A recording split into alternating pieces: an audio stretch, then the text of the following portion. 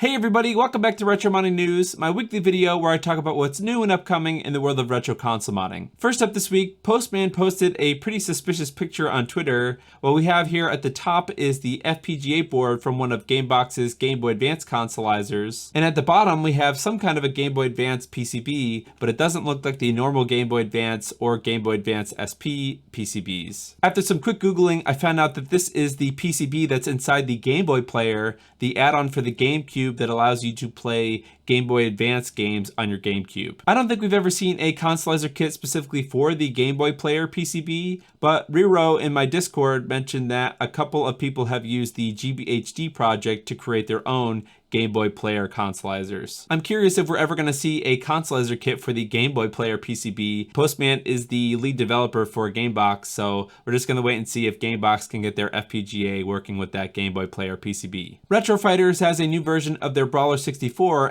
N64 controller on Kickstarter. There are already two other versions of the Brawler64 controller, a wired controller and a 2.4 GHz wireless version. This new version will be wireless also, but it will be using Bluetooth instead of the 2.4 GHz dongle that the other wireless version uses. The main use case for this controller is for the Nintendo Switch for playing the N64 games on Nintendo Switch Online, but this would also work with a Blue Retro adapter like the new one that was just released from 8-Bit Mods. In addition to being Bluetooth, these new wireless controllers will also support Rumble, and if the Kickstarter reaches over $100,000, these controllers will support the motion controls for the Switch. I have one of the original wireless Brawler64 controllers, and if I'm being honest, I wasn't a really big fan of it. It just kind of feels pretty cheap to me, and the D-pad is pretty spongy. It definitely doesn't feel as good as the Nintendo Switch Online N64 controller. But let me know what you think. Is Bluetooth and Rumble enough to get you to buy one? Do you have any thoughts on other Retro Fighters controllers?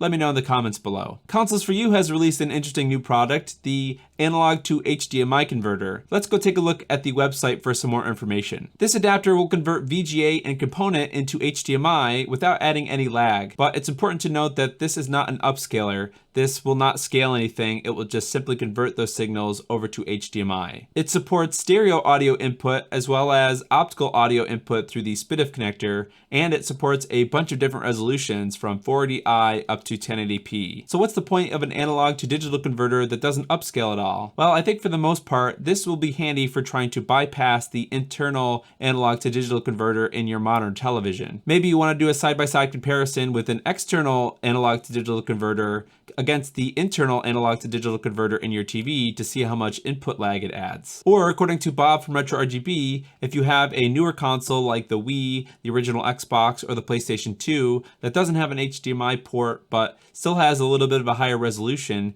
you could use something like this to use them on your modern television without using the internal analog to digital converter. These are available for purchase now for about $70 US, and I'll leave the link to where you can buy them from in the description. Dan Coons just tweeted a render of the upcoming Infinity Switch from PixelFX. It says that they're super close now and that they just sent off for the final prototypes. If you don't know what the Infinity Switch is, it's an upcoming modular auto switcher from the PixelFX team. Let's take a quick look at this Infinity Switcher configurator to get a little bit more details. Like I said, the Infinity Switch is a modular auto switcher. You're going to need one of these base units in the bottom down here, and then you can buy any number of these modules at the top here, and there's different modules for different connector types. So you have a module for BNC, one for RCA/S-Video, one for VGA, one for SCART, and one even for HDMI. I'm very excited for the release of the Infinity Switch, and I'm curious now if this tweet means that they're pretty close to announcing a release date. For the big story this week, Merlin Shaw has been working on a new open source power board for the NES. This board replaces the stock NES power board and features a modern power regulator, an audio amplifier,